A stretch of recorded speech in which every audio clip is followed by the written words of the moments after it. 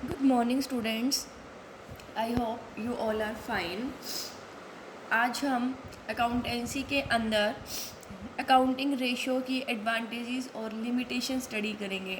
Last video में हमने समझा था कि रेशियो एनालिसिस क्या होता है, ठीक है। उसके बाद हमने ये स्टडी किया था कि रेशियो को हम किस किस ढंग से एक्सप्रेस कर सकते हैं, और हमने रेशियो के ऑब्जेक्टिव्स भी स्टडी किए थे कि जो रेशियो एनालिसिस किया जाता है उसके ऑब्जेक्टिव्स क्या होते हैं। आज हम आगे स्टार्ट करेंगे। नेक्स्ट टॉपिक ये हमारा है advantages and limitations of accounting ratio.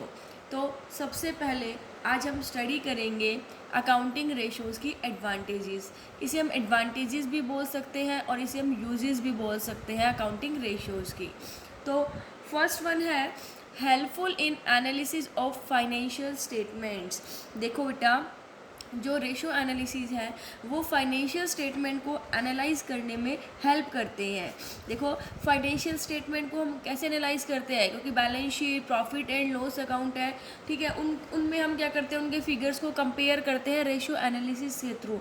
तो जो रेशियो एनालिसिस है वो फाइनेंशियल स्टेटमेंट को एनालाइज करने में बहुत हेल्प करता है। अब रेशियो एनालिसिस जो है वो बिजनेस की फाइनेंशियल हेल्थ और प्रॉफिटेबिलिटी को जानने के लिए, ठीक है, बैंकर्स की, ट्रेड पेबल्स की, इन्वेस्टर्स की, शेयर होल्डर्स की भी हेल्प करता है। अब उन्हें ये नॉलेज मिलेगी जब तो वो उसके साथ डिसीजन लेंगे ना, कौन, शेयर होल्डर्स, इन्वेस्टर्स, बैंकर्स, कि उन्हें ऑर्गेनाइजेशन के साथ कैसा रिलेशनशिप रखना है। अब इन्वेस्टर तो यही सोचेगा ना कि पहले उसकी पोजीशन देखेगा कि एक्चुअल में ऑर्गेनाइजेशन की पोजीशन क्या है, तभी वो अपना पैसा उसमें इन्वेस्ट करेगा।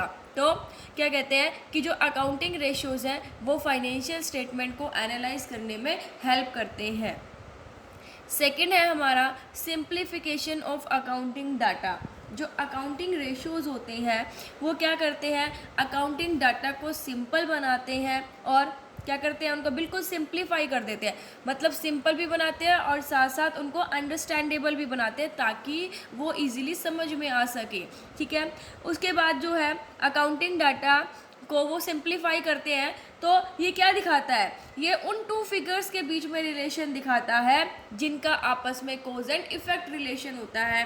देखो क्या कहता है कि रेशियो एनालिसिस जो है वो क्या करते हैं, जो हमारे पास अकाउंटिंग डाटा होता है उसको सिंपल बनाते हैं और उसको अंडरस्टैंडेबल बनाते हैं। ये अकाउंटिंग रेशियो के थ्रू उन फिगर्स के बीच में रिलेशनशिप पता चलता है जिनके बीच में कॉज एंड इफेक्ट रिलेशनशिप होता है, कि ये अगर चीज़ हुई तो किस कारण से हुई, और ये चीज़ हुई तो उसके पीछे इसका इफेक्ट क्या पड़ा, है ना। कॉज मतलब अगर कोई चीज़ हो रही है तो उसके पीछे कारण क्या है, और इफेक्ट मतलब अगर ये चीज़ हुई है तो इस चीज़ का इफेक्ट क्या है, इस चीज़ का प्रभाव क्या पड़ेगा। तो जो रेशियो एनालिसिस है वो अकाउंटिंग डाटा को बिल्कुल सिंपल बनाता है। नेक्स्ट है हमारा helpful in comparative study. Ratio analysis के थ्रू हम कंपैरिजन कर सकते हैं, ठीक है। एक इंडस्ट्री की जो अलग अलग फर्म्स हैं उनके बीच में भी कंपैरिजन कर सकते हैं, या एक फर्म के जो अलग अलग पार्ट्स है लाइक उसकी प्रॉफिटेबिलिटी, उसकी फाइनेंशियल साउंडनेस को भी हम क्या कर सकते हैं, कंपेयर कर सकते हैं। करंट ईयर के फिगर्स को भी पास्ट ईयर के फिगर्स के साथ कंपेयर कर सकते हैं। तो यहाँ पर हम अकाउंटिंग रेशियोज़ के थ्रू क्या कर सकते हैं, कंपेरिजन कर सकते हैं। इंटर फर्म कंपेरिजन भी कर सकते हैं और इंट्रा फर्म कंपेरिजन भी कर सकते हैं, और ऐसे ही सिमिलरली हम क्या कर सकते हैं, अपने प्रेजेंट ईयर के फिगर्स को पास्ट ईयर के फिगर्स के साथ इजीली कंपेयर कर सकते हैं। उसके बाद है helpful in locating the weak spots of the business.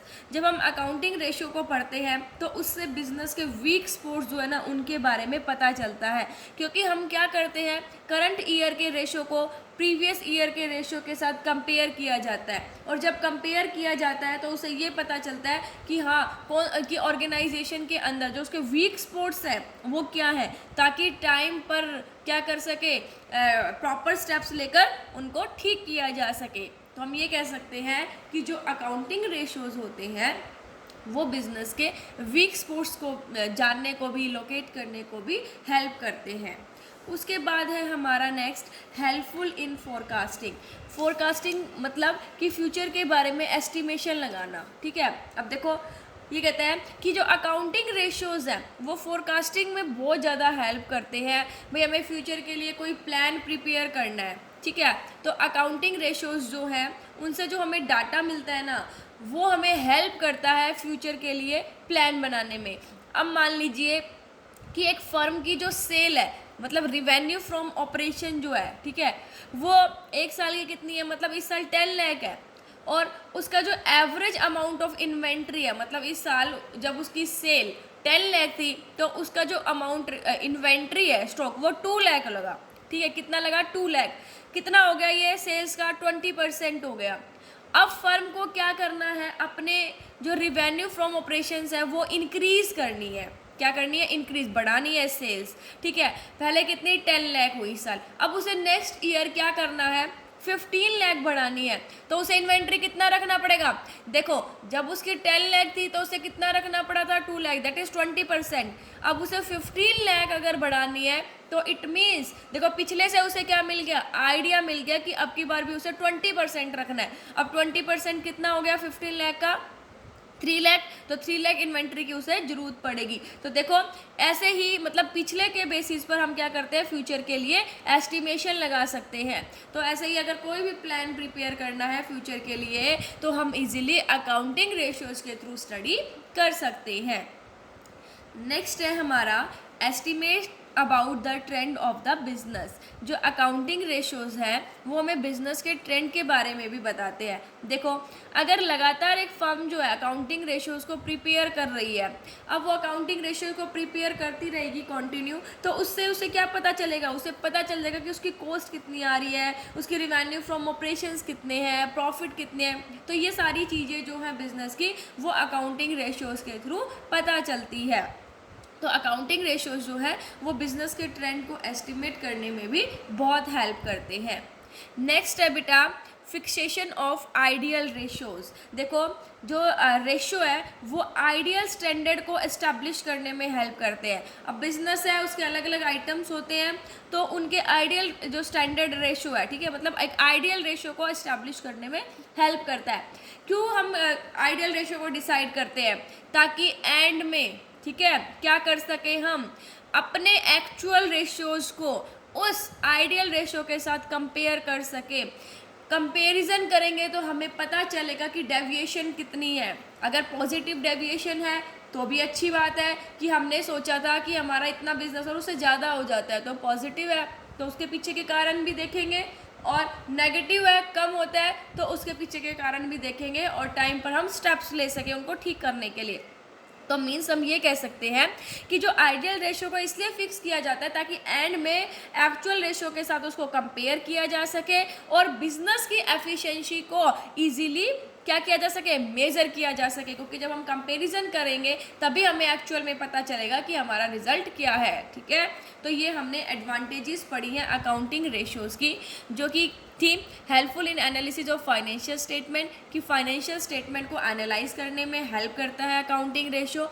Accounting data, जो लॉन्ग लॉन्ग अकाउंटिंग डाटा दिया होता है उसको सिंप्लीफाई करता है, बिल्कुल सिंपल बनाता है, अंडरस्टैंडेबल बनाता है, कंपैरिजन करने में भी हेल्प करता है, बिजनेस के वीक स्पॉट्स जो होते हैं उनको लोकेट करने में भी हेल्प करता है, फोरकास्टिंग फ्यूचर प्लान बनाने में भी हेल्प करता है, बिजनेस के जो ट्रेंड है उनको एस्टिमेट करने में भी हेल्प करता है, और जो आइडियल रेशियोज है उनको फिक्स करने में भी हेल्प करता है। तो ये थी अकाउंटिंग रेशियोज की कुछ एडवांटेजेस या फिर उसके यूजेस। अभी हम नेक्स्ट पढ़ेंगे लिमिटेशंस ऑफ अकाउंटिंग रेशियोज, कि जो अकाउंटिंग रेशियोज है उनकी क्या लिमिटेशन है, उनकी कमियां क्या क्या है। देखो, जो अकाउंटिंग रेशियोज़ है वो फाइनेंशियल एनालिसिस के बहुत इंपॉर्टेंट टूल है, लेकिन फिर भी ये रेशियो जो है इनके अंदर कुछ लिमिटेशंस है। तो जब भी हम अकाउंटिंग रेशियोज़ का यूज़ करें ना तो इन लिमिटेशंस को ज़रूर ध्यान में रखें। तो अभी हम पढ़ेंगे कि कौन कौन सी जो है वो लिमिटेशंस है। सबसे पहला है false accounting data gives false ratio. देखो, ये कहता है कि अगर अकाउंटिंग डाटा गलत होगा तो रेशियो भी गलत कैलकुलेट होंगे, क्योंकि जो अकाउंटिंग रेशियोज़ है वो किस बेसिस पर कैलकुलेट किए जाते हैं, जो हमारी फाइनेंशियल स्टेटमेंट के अंदर हमें डाटा दिया हुआ होता है ना। मतलब जो हमारे पास फाइनेंशियल स्टेटमेंट के अंदर हमें फाइनेंशियल स्टेटमेंट के अंदर जो भी डाटा दिया होता है, और फाइनेंशियल स्टेटमेंट कौन सी, लाइक बैलेंस शीट हो गई हमारी, हाँ, और हमारा प्रॉफिट एंड लॉस अकाउंट हो गया।